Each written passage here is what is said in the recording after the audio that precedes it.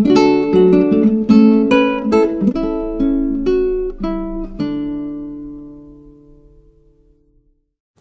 lupa untuk subscribe. Subscribe ya, dan share ke teman-teman kalian.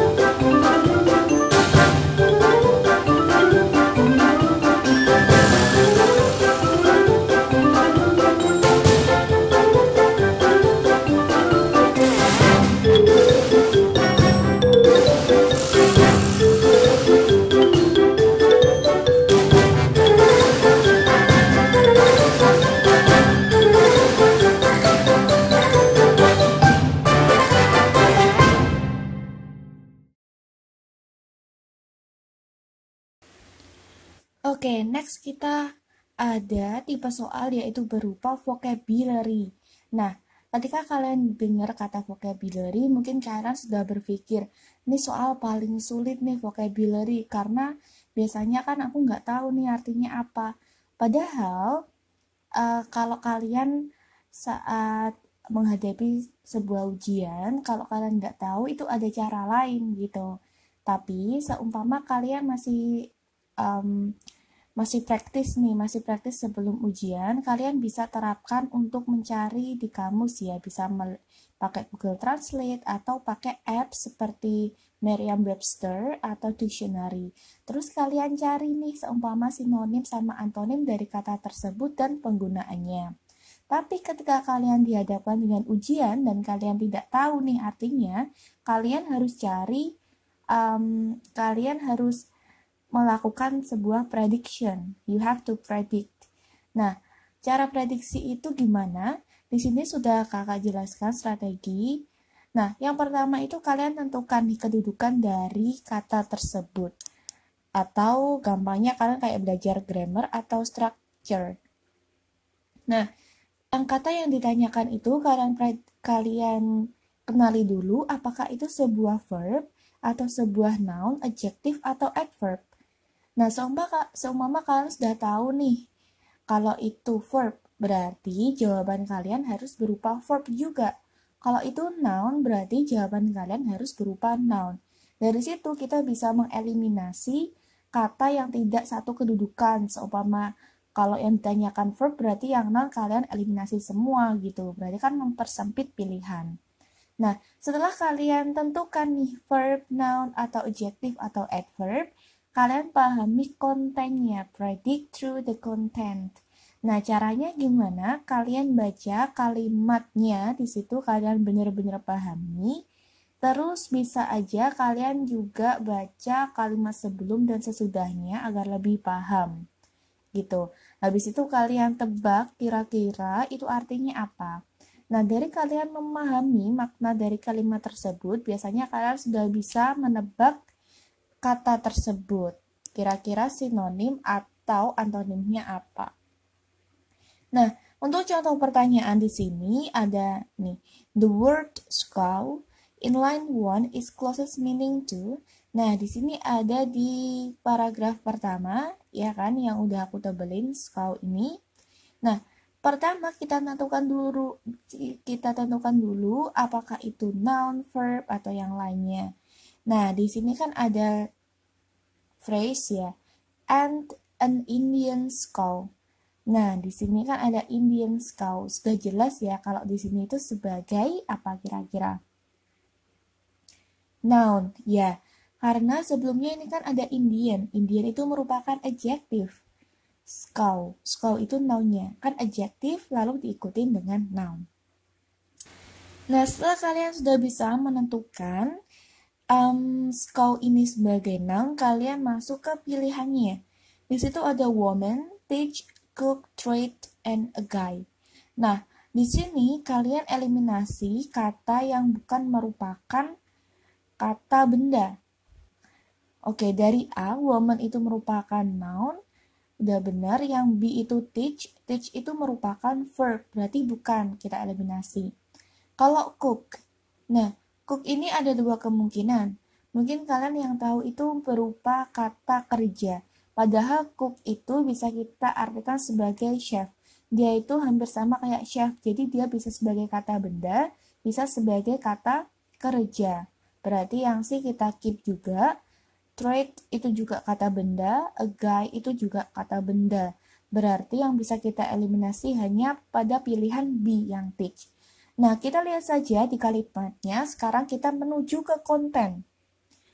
Nah, dari kalimat pertama, kata pertamanya nih, Sequoyah was a young Cherokee Indian, son of a white trade and Indian squaw. Nah, berarti Sequoyah ini merupakan apa? Son, berarti kan anak laki-laki dari a white trade and an Indian squaw. Berarti kan ada bapak sama ibu, namanya kan anak ya. Biasanya kalau di dalam suatu kalimat itu saat kita menjelaskan anak ini berasal dari orang tua, nah itu kan urutannya ayah dulu baru ibu. Nah, berarti bisa kita simpulkan kalau a son of a white trade-nya itu sebagai father, terus an Indian squaw itu sebagai mother-nya, ibunya. Berarti squaw ini bisa kita katakan sebagai apa? Woman, bener ya, woman. Nah, seumpama gini, seumpama kalian masih bingung, seumpama kan bisa aja nih ya, mungkin dijelaskan ibunya dulu, baru ayahnya. Berarti seumpama di situ Indian squaw and a white trade. Nah, seumpama di situ kan antara men sama woman, ya kan? Nah, di pilihannya di sini itu yang menjelaskan hanya a guy sama woman, ya kan? A guy itu berbeda dengan man. Kalau a guy itu dia belum berumah tangga nih, dia belum mempunyai istri. A guy itu biasanya digunakan untuk anak laki-laki. Nah, jadi atau boy, iya kan? Berarti kan di sini sudah jelas ya pilihannya itu hanya satu, woman. Tapi seumpama yang E itu man, mungkin kalian harus berpikir ulang lagi kira-kira woman atau man. Tapi di sini kan pilihannya dia hanya a guy. Berarti bukan. Berarti tinggal yang woman saja. Berarti jawabannya yang A. Jadi kalian harus pinter-pinter melakukan prediction. Nah, caranya yaitu kalian biasakan untuk latihan soal. Seumpama kalian masih latihan soal, kalian jangan lupa untuk list vocabulary dari squaw itu. Seumpama kalian membuat sinonim sama antonim dari kata tersebut, kata yang tidak kalian ketahui. Oke. Jenis tipe soal yang ketujuh yaitu berupa summary. Nah, summary ini juga sering banget keluar. Ini agak beda ya dengan conclusion. Summary itu merupakan ringkasan atau rangkuman, kalau conclusion itu berupa kesimpulan. Nah, kalau conclusion itu biasanya sudah kita temukan pada paragraf terakhir saja. Namun, kalau summary itu kita harus cari main idea di setiap paragrafnya. Oke, di sini kita ke soalnya dulu. The summary of the text above is bla bla bla. Nah, strateginya gimana? Yang pertama, read the first sentence in each paragraph to find the main idea of each paragraph. Jadi kita itu membaca setiap kalimat pertama di setiap paragraf untuk menemukan main idea-nya nih. After that, conclude from all main ideas. Nah, setelah itu kamu simpulkan semua main idea itu, lalu match with the choices, lalu kalian cocokkan dengan pilihannya gitu. Kita mulai saja ke paragrafnya.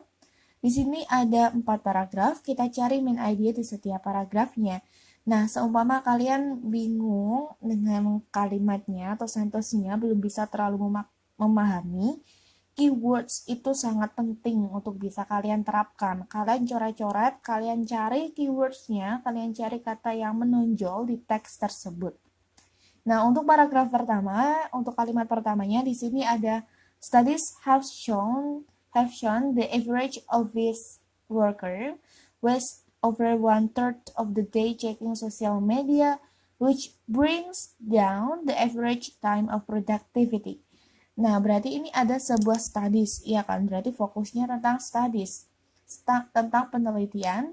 Has shown the average office worker was over 1/3 of the day checking social media. Nah, ini subjeknya adalah office workers, ya kan? Orangnya itu service workers. Terus tentang apa ini? Checking social media. Kalian lingkarin social media, which bring down the average time productivity. Oh, berarti sosial media ini berimpact pada produktivitas dari siapa? Office worker itu.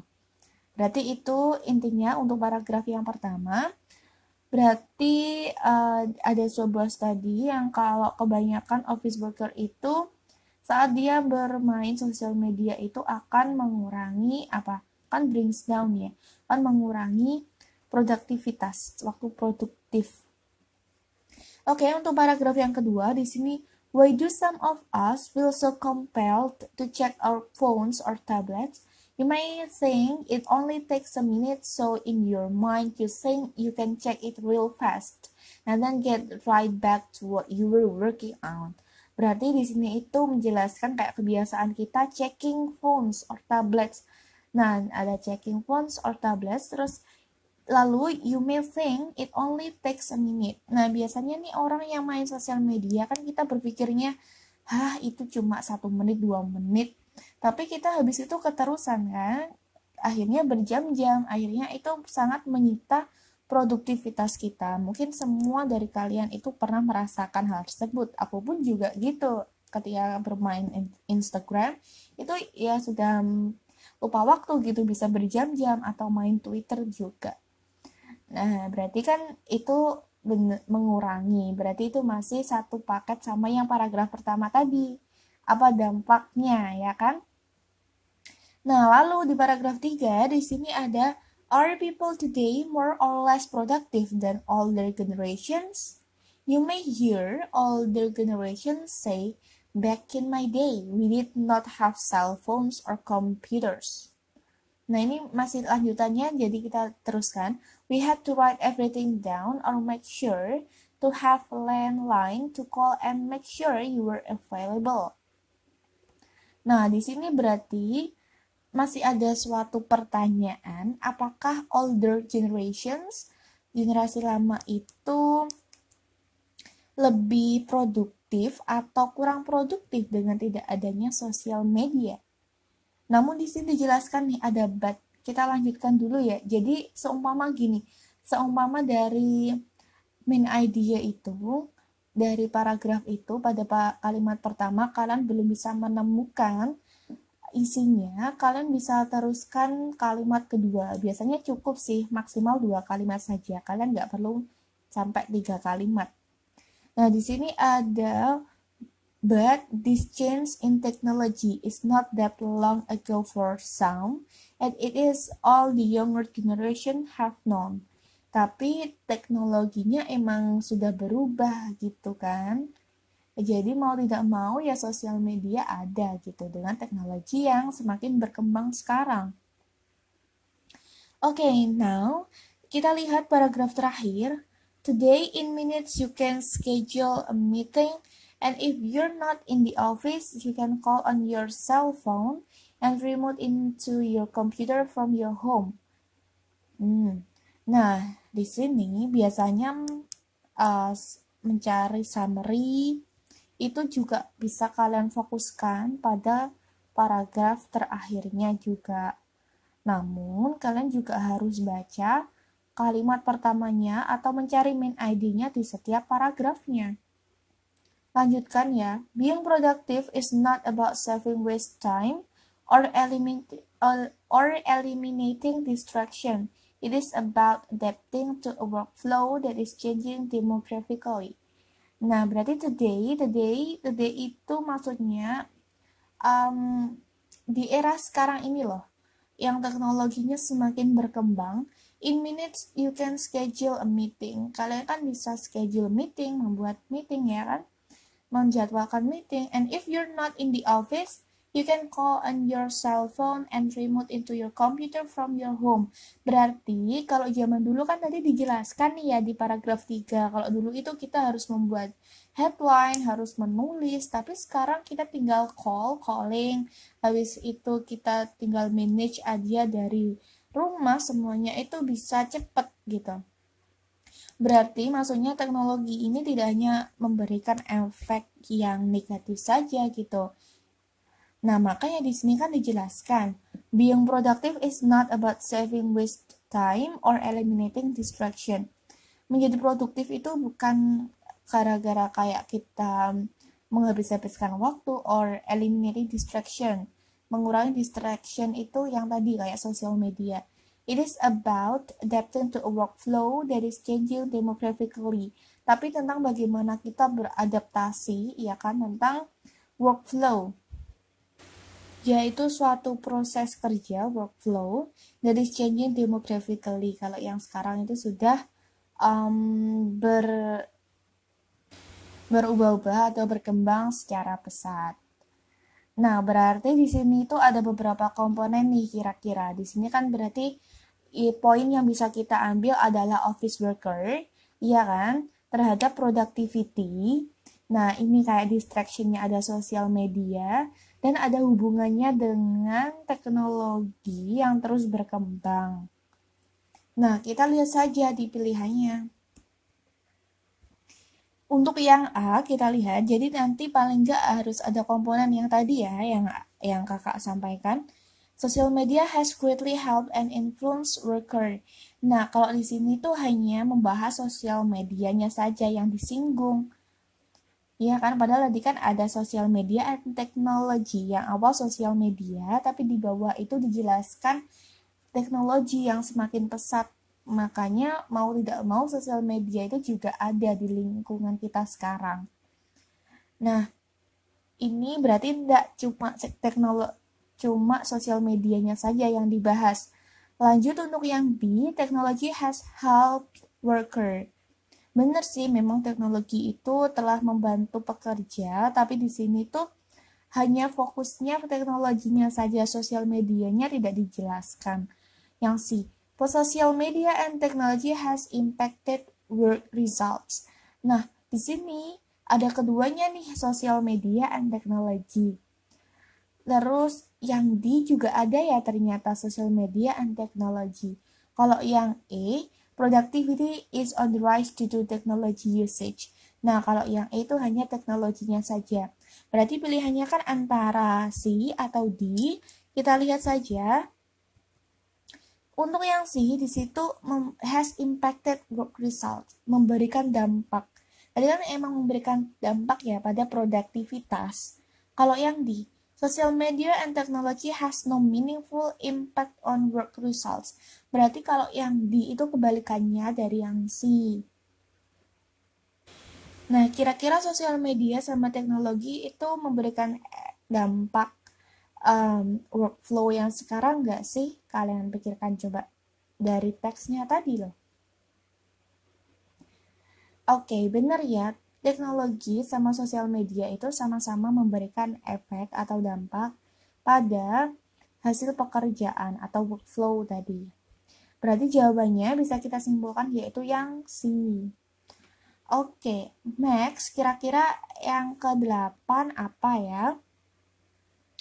Nah, untuk yang ke-8 tipe soalnya yaitu berupa pertanyaan true or false. Nah, true or false ini juga sering banget, biasanya itu menanyakan yang salah atau yang tidak salah, terus tambah kecuali gitu. Nah, kalau yang kayak gini, kita bisa melakukan sebuah scanning, ya kan? Kalian jangan lupa untuk cek scanning sama skimming di videoku yang lainnya, di video sebelumnya ini. Nah, di sini strateginya yang bisa kalian lakukan adalah the first is read the question. Nah, membaca soal itu sangat penting agar kalian itu paham nih, apa sih yang mau kalian lakukan, apa sih yang mau kalian cari kayak gitu. Jadi memahami soal itu benar-benar sangat penting. Pahami soal dulu. Kalau kalian sudah set in your mind, kamu sudah tahu aku pengen cari ini. Nah, itu kan lebih terarah nih kalian saat mau mengerjakan. Nah, karena ini true and false, maka yang harus kalian lakukan adalah read the options first. Jadi kalian baca opsinya dulu. Nah, opsinya ini kalian tidak hanya cuma mencari opsi, tapi kalian detect the keywords in the options. Jadi kalian harus pahami opsinya ini. Dengan detect, kalian cari keywords-nya aja setiap pilihan. Nah, setelah kalian mengetahui keywords setiap pilihannya, kalian bisa langsung scan the text for the keywords to find the right answers. Nah, kalian bisa langsung cari saja di teksnya, kalian scan pilihannya gitu. Habis itu eliminate the options, kalian tinggal eliminasi pilihannya saja. Oke, di sini ada sebuah soal. The passage implies that all of the following are true except, berarti kalian mencari yang salah. Oke, untuk pilihan yang A, an embryo will cease develop if not ingested by a host. Nah, yang pertama itu embrio ini will cease developed. Nah, cease itu maksudnya berhenti, berkembang gitu. Kalau not ingested by a host. Tahu nggak ingested? Ingested itu ditelan gitu. Ditelan by a host. Atau dimakan gitulah ya gampangnya. Host itu maksudnya ini kan tentang tapeworm. Kalian tahu kan tapeworm, apalagi yang anak IPA. Tapeworm itu cacing pita atau cacing pita ya. Nah, dia itu akan berhenti berkembang jika tidak dimakan sama a host. Host itu maksudnya inang gitu. Inang kan kalau cacing pita kan prosesnya itu kan SMP kan udah dapet ya kayaknya. Nah, cacing pita itu biasanya di babi, kalau nggak gitu di sapi gitu. Makanya kan kita saat mau makan babi atau sapi itu kan harus benar-benar matang yang baik sebenarnya. Jadi kayak cacing atau kuman yang di dalamnya itu biar mati gitu. Jadi kita itu tidak akan terkena dampak negatif dari makanan yang belum matang. Oke, berarti poin yang di A itu adalah cheese developed sama ingested by a host. Nah, terus yang B, a tapeworm will continue to live even when the segments break off. Tapeworm ini akan terus hidup, to live, ya kan? Bahkan ketika segmennya itu break off, segmennya itu sudah patah-patah. Nah, dia itu patah-patah kan, tapi dia masih hidup gitu, meskipun sudah terpotong-potong gitu. Nah, kalau yang C, the segment farthest back on the tail is the oldest. Berarti segmen yang paling belakang, farthest back, itu yang paling jauh itu adalah tailnya, yang bagian ekornya itu merupakan yang paling lama atau paling tua. Kan dia kalau cacing kan dia semakin panjang kan kalau cacing pita itu. Nah, bagian tailnya itu yang paling tua gitu, yang paling lama. Terus yang di tapeworms can multiply up to 30 times. Dia itu bisa multiply, melipat gandakan sampai 30 kali. Kalau yang E, tapeworms always float freely in the digestive system. Tapeworms ini selalu float. Tahu ya float, ini ngambang kayak gitu. Secara bebas di digestive system. Digestive tahu ya, digestive system. Sistem pencernaan. Oke, Kalau udah tahu nih poin-poinnya dari pilihan A sampai E, kita langsung saja ke teksnya. Yang pertama tentang embryo which is developed is not ingested by a host. Berarti kalian fokus saja kata host di sini ada pada paragraf kedua di kalimat terakhirnya.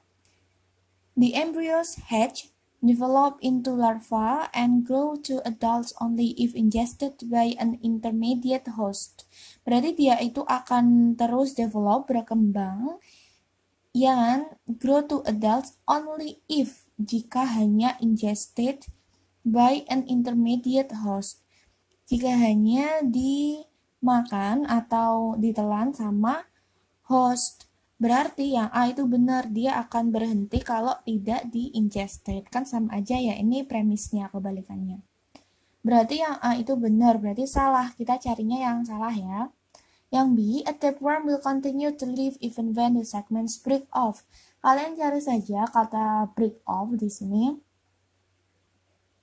Oke, ini ya di kalimat sebelumnya. Generally when the eggs are ready to hatch, the segment breaks off and takes through the host excretory system. Nah, di sini tuh dia masih bisa ini ya. Through host excretory when the egg ready to hatch. Nah, di sini ternyata dia meskipun breaks off sudah patah. Nah, di sini itu masih bisa berkembang. Tapeworm will continue to live, kan masih dengan syarat ini eliminated through host excretory system dan dia itu ingested sama intermediate host tadi. Berarti ada syaratnya, berarti dia masih bisa hidup meskipun sudah patah-patah atau rusak. Nah, yang C, the segment farthest back on the tail is the oldest.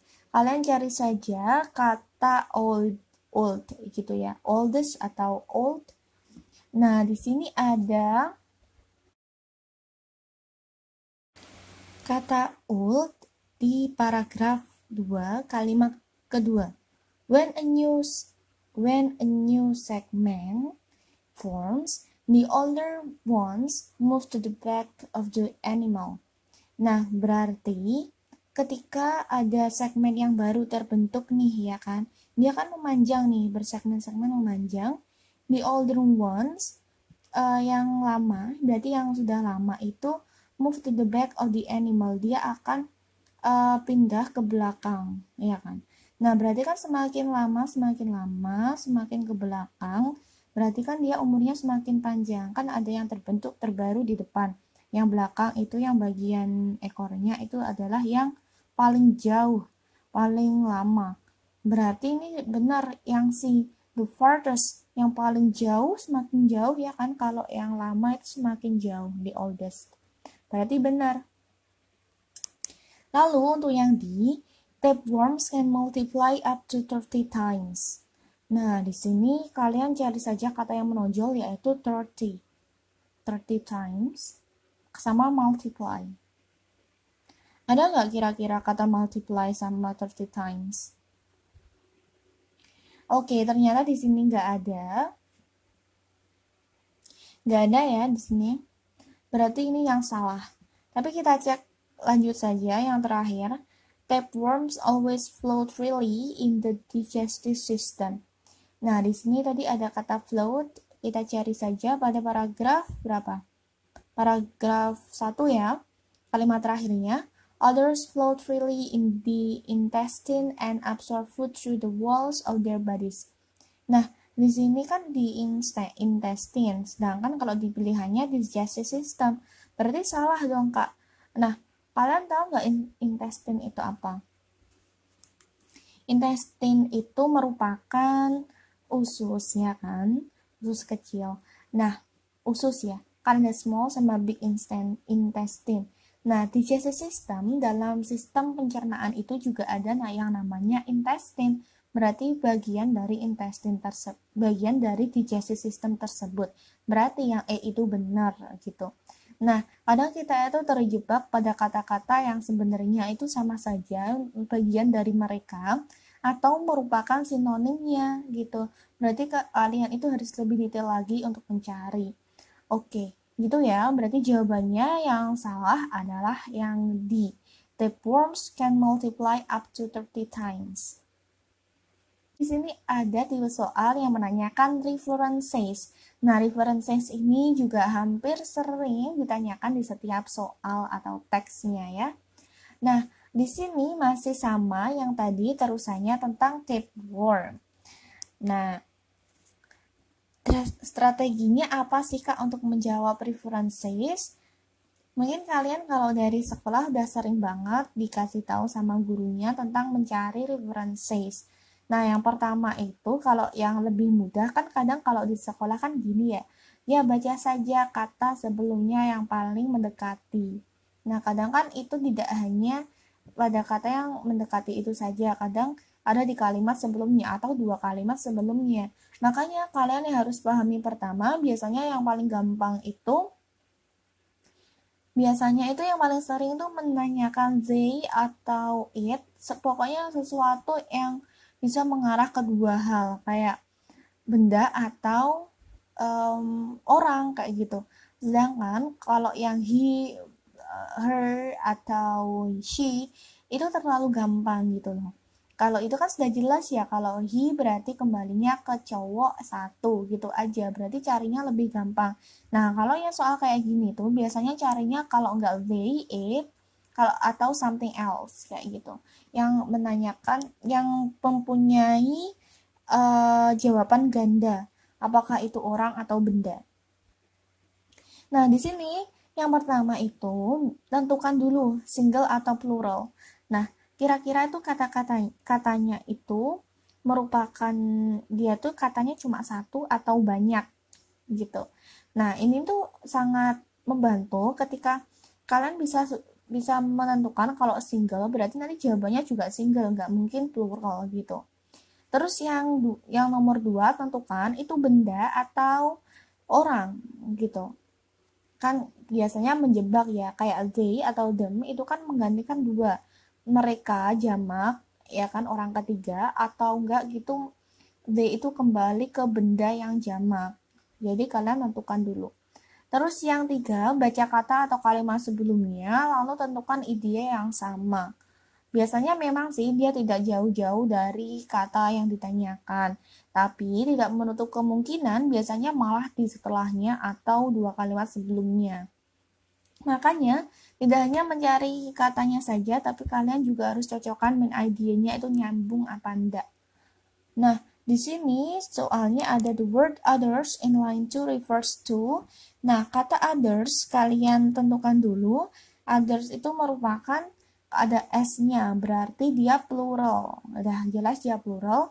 Habis itu, kalian eliminasi saja langsung ke pilihannya. Yang bukan plural sekalian coret. Berarti yang A, segmen itu kan tidak ada S-nya, berarti dia kan bukan plural, kalian coret. Terus yang E juga animal, kalian coret. Berarti pilihannya tinggal B, C, sama D. Terus kalian langsung saja ke pilihan ke teksnya. Di situ ada kata others di kalimat terakhir ya. Others float freely in the intestines and absorb food through the walls of their bodies. Nah, others kalian cari di sebelumnya, kira-kira yang mana ya? Yang paling ada dari kata embryos, egg, sama tapeworms. Oke. Di kalimat sebelumnya ini, sampai kalimat pertama ini tidak ada kata eggs atau embryos, berarti sudah jelas jawabannya adalah yang tapeworms. Ini some tapeworms attach themselves to intestinal wall. Nah, berarti ini kan sudah benar ya, sama-sama plural, berarti jawabannya adalah yang di tapeworms. Oke. Kita lanjut ke tipe soal yang terakhir nih. Nah, tipe soal yang terakhir ini biasanya dalam suatu teks itu bisa 1-2 soal, yaitu menanyakan detailed information. Nah, detailed information itu bermacam-macam, biasanya itu mengandung 5W1H. Maksudnya itu kayak kita mencari informasi detail dari teks tersebut, kayak seumpama where the accident occurred, kayak gitu. Di mana sih tempat kejadiannya, atau what is the meaning of bla bla bla atau yang lainnya. Berarti itu kita fokus. Karena kita fokus pada satu hal, kan detail ya, berarti kita itu melakukan cara scanning. Nah, strateginya gimana sih, Kak? Yang pertama, read the question. Pasti kalian harus pahami soalnya. Nah, read the question ini kalian harus detect the keywords in the question. Kalian harus tentukan keywords-nya, kata kuncinya dari pertanyaan tersebut. Habis itu, scan the text for the keywords to find the right answer. Jadi setelah itu kalian tidak perlu pahami setiap pilihannya, kalian baca sekilas saja pilihannya, apakah di situ mirip-mirip atau memang beda. Kalau gitu, kalau kalian sudah menemukannya, yang tadi fokusnya menemukan keywords di soalnya, kalian langsung cari kata itu di teks gitu, kata yang mencolok di teks. Jadi kalian sudah nggak perlu baca semua teksnya. Nah, yang pertama ini soalnya ya, what opportunity is presentation giving towards students? Nah, di sini berarti kan menanyakan apa nih kira-kira? Opportunity. Terus pilihannya di sini kan semuanya opportunity to, berarti yang membedakan adalah tujuannya ya, opportunity-nya apa. Berarti kalian langsung saja cari di teksnya yang ada kata opportunity. Oke, di sini kata opportunity ada pada paragraf 2 dari bawah atau paragraf keempat. Nih ya. The objective of the research presentation is to provide an opportunity for students to demonstrate an ability to use references and access electronic information relating to the properties of materials and to effectively present information. Nah, berarti opportunity-nya for students itu untuk apa sih? Nah, di sini ada kata demonstrate ya kan? Mendemonstrasikan an ability, suatu skills. Ability kan suatu yang kalian bisa. To use references, untuk menggunakan reference sumber, and access electronic information. Dan di sini ada information relating to the properties of material, berarti berdasarkan materi ya kan, and to effectively present information, dan secara efektif bisa mempresentasikan informasi. Berarti di sini adalah demonstrate, mendemonstrasikan, terus ada information, lalu to present it-nya to present information tuh. Berarti di sini ada demonstrate, kalian cari saja demonstrate nih. Oke, berarti yang A bukan. Habis itu harus ada information. Kita kan tadi presentation information ya, berarti harus ada kedua hal tersebut. Berarti bisa kita simpulkan jawabannya adalah yang mana? Oke, yang C ya, itu yang paling bisa menjelaskan dari opportunity-nya, yaitu ada information sama presenting skills. Mungkin tulisannya itu agak dibalik saja. Kalau tadi kan present information. Kalau di sini ability to present information. Itu sama aja kayak gini, information, presenting skills. Itu sama aja. Ability sama skills itu sama aja. Nah, kalau yang pilihan yang lainnya kenapa salah? Kalau yang B itu hanya speaking. Tapi speaking-nya itu terlalu general, tidak menjurus pada presentation. Karena speaking itu macam-macam, ada daily for speaking, ada speaking, public speaking, ada macam-macam for debate, speaking for debate, kayak gitu. Kalau yang di information skills, hanya demonstrate information, nah tanpa cara presentnya kan. Kalau yang I, presenting skills-nya saja, hanya mempresentasikan. Nah, yang dipresentasikan apa? Ini tidak dijelaskan. Berarti jawabannya paling lengkap adalah yang C. Oke, sekian dari 10 tipe soal yang bisa kakak berikan untuk kalian. Di sini aku bikin mudah saja untuk merangkumnya jadi 10 tipe. Nah, jangan lupa untuk kalian pelajari dan siapkan diri kalian untuk tes UTBK tahun 2020 ini. Semoga diberi kelancaran, kesuksesan, dan diterima di universitas impian kalian.